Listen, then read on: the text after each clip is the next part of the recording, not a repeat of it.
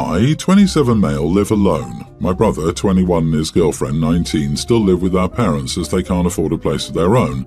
His girlfriend is currently about 4 months pregnant with him. My brother asked to bring his girlfriend for dinner to catch up, and I said, sure, why not? However, the moment she entered my house, she started complaining about the smell of the steak I was making and said just the smell alone made her nauseous and she couldn't eat this. I tried to suggest an alternative, but she was dead set on Chinese food and sent my brother to the nearest mall to get her some. I thought that would be the end of it, but after going to the bathroom and coming back, I caught her throwing my unfinished steak into the garbage. I asked her what the heck she was doing, and she said the smell was so strong she thought she'd end up throwing up on the floor and she needed to get rid of it. Then she started spraying perfume from her purse in my kitchen. I was beyond furious at this point and sent her back to the living room, and after my brother came back from the mall, I kicked both of them out with their Chinese food. My brother tried to convince me to let them back and that I could make something else for the two of us, and his girlfriend was pretty much sobbing at this point, but I was dead set on kicking them both out. However, my parents were mad at me for causing my brother's pregnant girlfriend so much distress. I told them that she literally threw away our dinner. However, they said that I shouldn't have yelled at her or kicked them out, as she's still just a teenager who's now getting influenced by her pregnancy hormones, and that my outburst also caused problems in their relationship, as she ended up sending my brother to sleep on the couch that night, even though he literally defended her as well against me, so I have no clue how this is my fault. Am I the idiot for apparently not having enough tact to deal with a pregnant 19-year-old? Not the idiot. If they're old enough to be parents, they're old enough to act like adults. Apparently they're not old enough for either. Throwing the steak away wouldn't eliminate the smell anyway, and spraying perfume on top of it wouldn't mask the smell, it'd just make it all worse.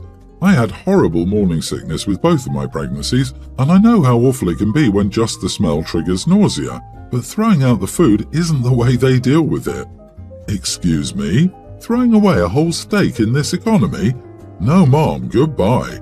I've had 4 pregnancies and never threw out someone else's meal. Did I cry about my own wrong Subway order? Yes, but that's a whole different story. Your brother's girlfriend owes you some steaks. LOL, what a shiny example of motherhood. I'm feeling for that kid. My brain is still circling over the Olympic-level mental gymnastics needed to say she is both old enough to be a mother and still just a teenager. Like, pick one? Your parents shouldn't infantilize her if she's preparing to be a parent herself. Also, I know 7-year-olds with more sense than to throw out someone else's food. 19 is far old enough to have learned that lesson. OP was right. Being pregnant doesn't excuse bad behavior, and parents are infantilizing the woman. They're going to end up with 2 babies in the house. Do you know how she will learn to act like an adult? By others treating her like an adult and her seeing adults acting well and dealing with the consequences when they don't. And honestly, I bet the parents just wanted her out of their house for the night, and her angry OP didn't put up with her for a few more hours. For the night? Sounds like they might be looking down the barrel of being full-time babysitters in a few months' time and not too happy about it. This mother-to-be obviously isn't backward in expecting others to meet her every need. Don't waste energy being mad at them. Just sit back and thank your lucky stars you got an early morning of an impending disaster. This was an all-time low for me, as usually I'm the problem solver. I shouldn't have said it, but was I wrong in saying it? My husband and I both grew up in foster care and developed 2 completely different attitudes. I'm humble, problem-solving, generally positive, and a glass-half-full type of woman. He's a life is out to get me, it will never get better, glass-half-empty type of man. Not always. Please don't take this as me bashing him. He has gotten better with the help he gets in therapy, but those moments when he collapses and goes back to his negativity are hard. He has a lot of good days now and things have been getting better, but he recently had a personality shift again. Now, back a year ago, he got himself a dog. Her name is Josie and she's a Heeler Dachshund. I didn't spell that right, sorry. I wasn't exactly in on this decision. Still, I wasn't surprised because he impulse buys and spends and generally doesn't think before acting when it comes to these impulses. Again, he's gotten better, but it's still there. He wanted a dog in foster care but couldn't, so now he has one. That's how he sees it. He didn't take into consideration her breed or temperament. She has a high prey drive and is nippy even with us sometimes. We have bent backward trying to train her, but nothing appears to work. And now, due to her prey drive, we have a hard time being accepted into any other apartment and house, and we're on the verge of eviction after a steep increase in rent, $550 increase, so now we're paying $1,600 for one bedroom, nothing included. In the first month of him getting Josie, I begged him to rehome her. My foster mom was a dog trainer and I knew a thing or two about training and temperaments, and I knew that given Josie's breed, we were going to have troubles. He didn't listen because he didn't want to abandon the dog just like he'd been abandoned. And now, due to this, we can't find another place to live, and we're slowly going completely broke paying rent here. We only have $26 to last us until next week and do not have rent money for next month. He started complaining really heavily yesterday, and I will admit my tone and attitude were unlike me. He was saying he was sick of living in poverty and was tired of never having money, and I've heard this far too many times. So I told him we live in poverty because he made the poor choice of getting an aggressive dog with a high prey drive and refusing to rehome her because of his abandonment issues. We had a place lined up months ago that backed out due to the dog. Everyone else says we cannot bring the dog. We can't afford the other ones. He says I'm an idiot for making him feel like crap for refusing to rehome his dog. I'm admittedly feeling pretty crappy for even saying it, but am I wrong? He says he's sick of living in poverty but went out of his way to get a dog. Let's see. Common costs of owning a dog: food and treats, toys, grooming, vet visits, annual shots, anti-flea, tick, heartworm meds, dental procedures, boarding if you're out of town, etc. Oh yeah, and we're in the middle of an inflation crisis, so the cost for all of these is skyrocketing. Not the idiot, you're correct. Part of being an adult is taking responsibility for your own decisions and realizing that you can make choices that affect your present and future. Your husband has a victim identity and cannot progress until he's out of it. When you're a child, the world can be a dangerous place for some, and he needs to get out of that space. Also, rehoming the dog somewhere that has the space, training, and resources it needs is in the dog's best interests, and not the same as abandonment. OP, you're not the idiot for the situation, but you are one to yourself. Is this what you want your life to be? I don't think you can say he's gotten better when his impulses are about to leave you homeless.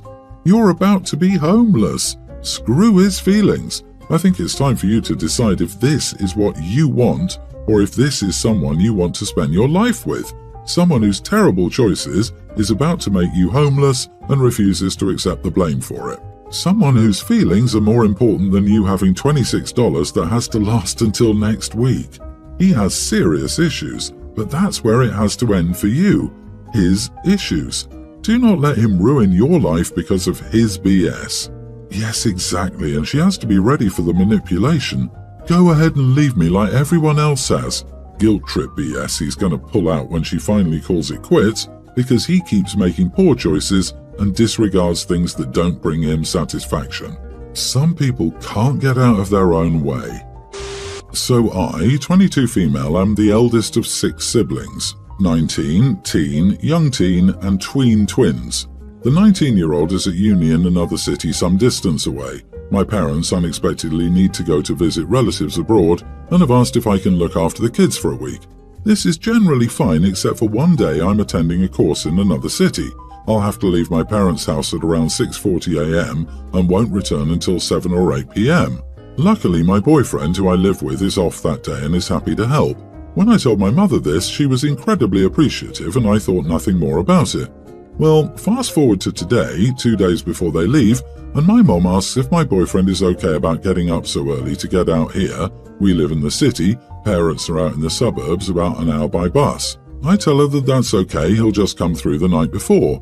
To say my mom freaked out is an understatement. Mum, and where exactly will he be sleeping? Me? On the pullout with me? Mum, absolutely not under my roof. Now to be clear, when my boyfriend and I first started dating, on the couple of occasions we did visit my parents together, we did sleep in separate rooms. However, my parents always said that that was just because they didn't know him, and earlier this year, before we were living together, my entire family rented an Airbnb for a wedding, and there were zero issues about my boyfriend sharing and me. Not only was it not a big deal, but my mum specifically made the room arrangements and put us together without any discussion from me, so I was pretty blindsided by this reaction today. I checked the timetable and he'd need to get the bus just after 5 a.m. to guarantee he'd be there before I had to leave, and presumably my mother was also expecting him to leave once I returned that night, meaning he'd potentially be getting home around 10 p.m. That is a ridiculously long day and far too big an expectation for someone who's doing you a favour. I advised my mom as such and reminded her about the Airbnb and the fact that we already live together, and she reiterated that there will be none of that under my roof. For the record, the couch is in the living room, which has no closable doors, just open archways to the hallway and dining room. As such, there is zero chance that we'll be doing anything scandalous over those 2 nights. I told her this, but she still maintained that it's her house, so her rules. I told her that I felt my terms were more than fair, and that if she didn't like them, then she should find someone else for the week, and hung up. She's been texting, calling me selfish, and saying how this now means she'll need to stay behind, and I hope I'm proud of myself. I made it clear that it really doesn't mean that. There's a pretty easy fix here. Edit, the pull-out is my parents' bed. It's in a little recess in the corner. They downsized last year. It's a 2-bedroom and the other rooms are already crowded with my siblings, and we'd have to sleep on the floor, which I'm also unwilling to do. Not the idiot. My house, my rules isn't a get-out-jail-free for being an idiot. Mom, in this instance, is being an idiot with her idiot rule. Doubly so in light of OP being an adult and doing her a favour. It's even more ridiculous when you consider OP and boyfriend living together. Mum can clutch her pearls to her heart's desire when she looks after her own kids.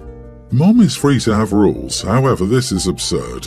You're doing them a favour, a pretty big favour in fact, and asking your boyfriend to get on a bus at 5 a.m. to look after your siblings is a tall ask. You'll be knackered. It's better for everyone that he gets to stay the night. I also don't quite get your mum's logic, re the Airbnb. She'll not allow you to share a bed under her own roof, but will happily pay for you to share one so you can attend a wedding. If she's that determined to force 2 adults to sleep separately, she can likely hire 1 adult for the week. Stop visiting until your mom respects your relationship. You were right to set that boundary with her. My brother passed away 5 years ago. He has a daughter who was a tween at the time. Let's call her Nora. My other brother became Nora's legal guardian, but she ended up living with me most of the time and we got closer. She's like a daughter to me, and even though I'm not her legal guardian, everyone in our family has accepted me as her dad. I started dating my girlfriend about a year ago and told her that I had a daughter. I didn't go into detail that she's not mine, I just wanted her to know that Nora and I are a package deal. I introduced her to Nora about 4 months ago and they do not get along. Nora is not an easy kid to get along with and my girlfriend lacks patience. A few days ago she found out that Nora was actually not mine and freaked out. She called me an idiot for lying to her and forcing her to tolerate and spend time with that annoying kid who isn't even mine. I told her that Nora was mine and kicked her out of my home for insulting my child in my home. I've been getting texts from her friends who all think I'm an idiot. Not the idiot. Biological father or not, legal guardian or not, you are responsible for Nora and it's part of your job to advocate for her, which is exactly what you were doing. You owe no one an explanation of the true nature of your relationship with Nora. OP needs to drop the girlfriend and keep the kid. The girlfriend isn't a keeper, definitely. Nora is OP's daughter. However, OP admits it's difficult to get along with Nora but never explains why. I wonder what happened between Nora and OP's girlfriend. Nora is a teen now and let's be honest, teen kids can be a nightmare. It doesn't excuse OP's girlfriend's words, but it might explain some things. I'm going to assume it's a mixture of angst and trauma. She lost her father as a tween, her mother isn't in the picture, she had to move in with her uncle, then moved again to a place she was happier and more comfortable, and now there's this new person in her safe space. Then I'm guessing she was angsty, the girlfriend didn't have the patience for it, and they were at each other from then on. I have no idea if this is right or not, I'm basing this on what I could see my daughter doing. Yes, you're right, I'd like to know what it means that Nora is not easy to get along with. Did she reject OP's girlfriend's attempts to bond? Is she rude? Does she lie? Break things? OP said that his girlfriend had no patience with Nora, but he also never bothered to explain to his girlfriend what happened to his kid and how traumatized she is. I assumed the girlfriend just thought Nora was a brat. What a messy situation. Nothing can excuse the girlfriend's words, but yeah, this relationship wasn't meant to be.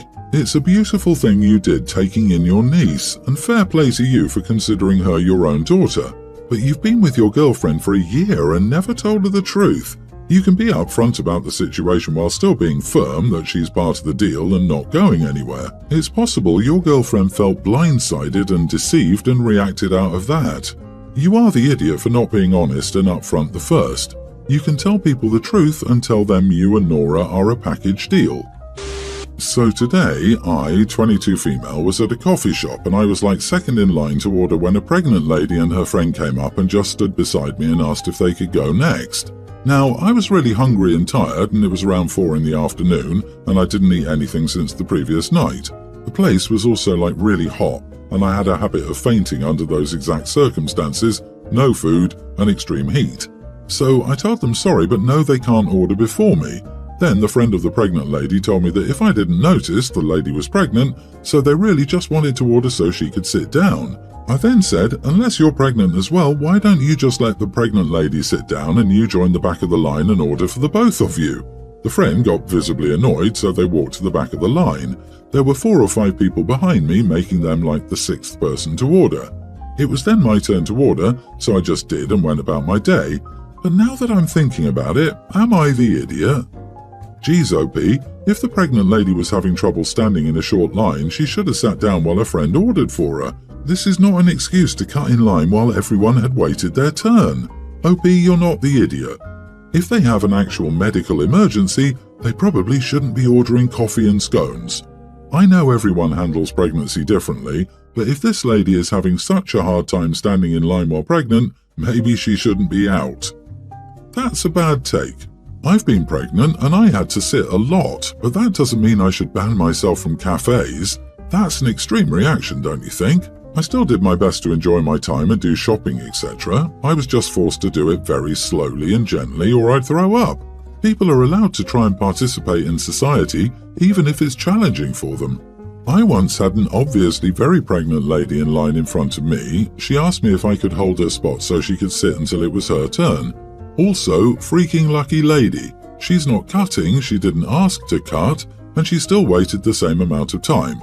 No one was hurt by it, no one lost anything by it, and she didn't feel entitled to anyone else's time. Letting her sit while she was waiting changed nothing for me or anyone else. Being pregnant can be so hard, and I'm all for helping people when they need it, but I'm not going to light myself on fire to keep you warm. I will, however, scooch over a bit so you can share my fire with me.